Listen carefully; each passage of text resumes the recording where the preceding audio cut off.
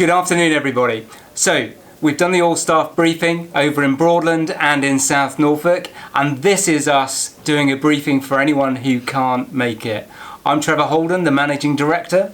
I'm Jackie Jackson, soon to be Yare Valley Branch Secretary. For Unison, who have just been outstanding through the negotiation process. And through this briefing, we'll talk to you about some of the terms and conditions and your opportunity to influence where we go by looking at what's been put available to you on Connect.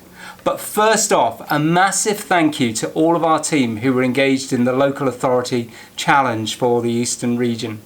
This is a competition where every council in the Eastern Region sends in a team of aspiring future leaders who play the part of a corporate management team.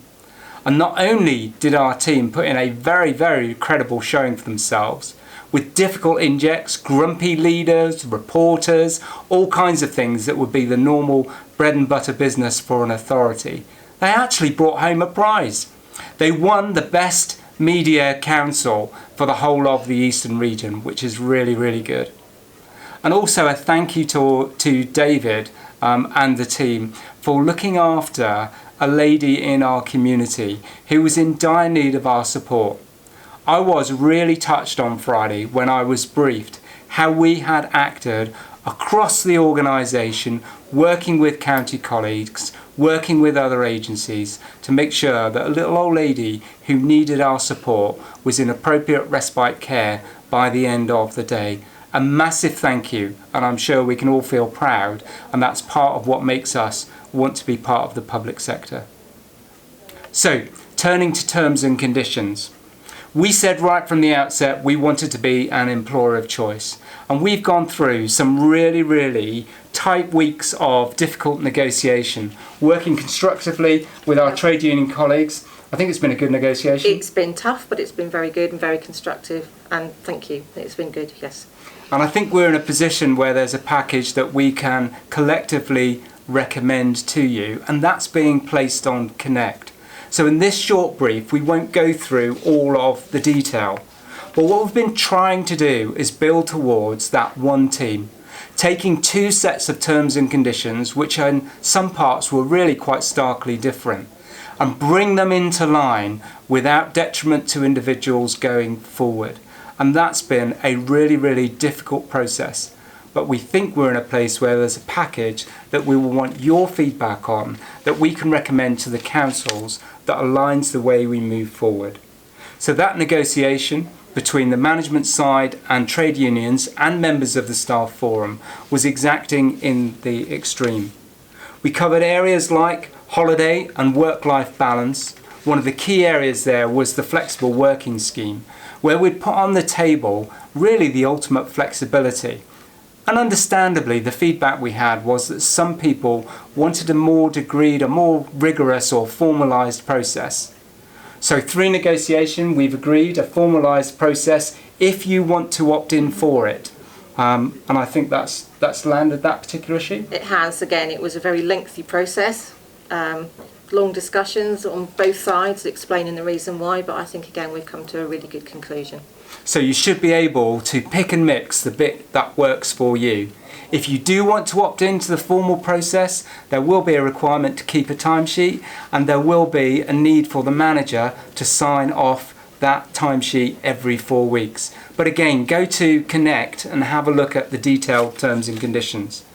We've looked at travel and essential car users, and there's a protection for 18 months going forward, but we will look at the criteria and make sure that only those people that are absolutely eligible are in receipt of this expensive allowance. So we'll be conducting a review, and if your mileage isn't what it needs to be for the allowance to be appropriate, that will cease on the 1st of January. Again, go to the Connect website and have a look. Pay-related areas, a really, really difficult area where the pay arrangements were different on both sides.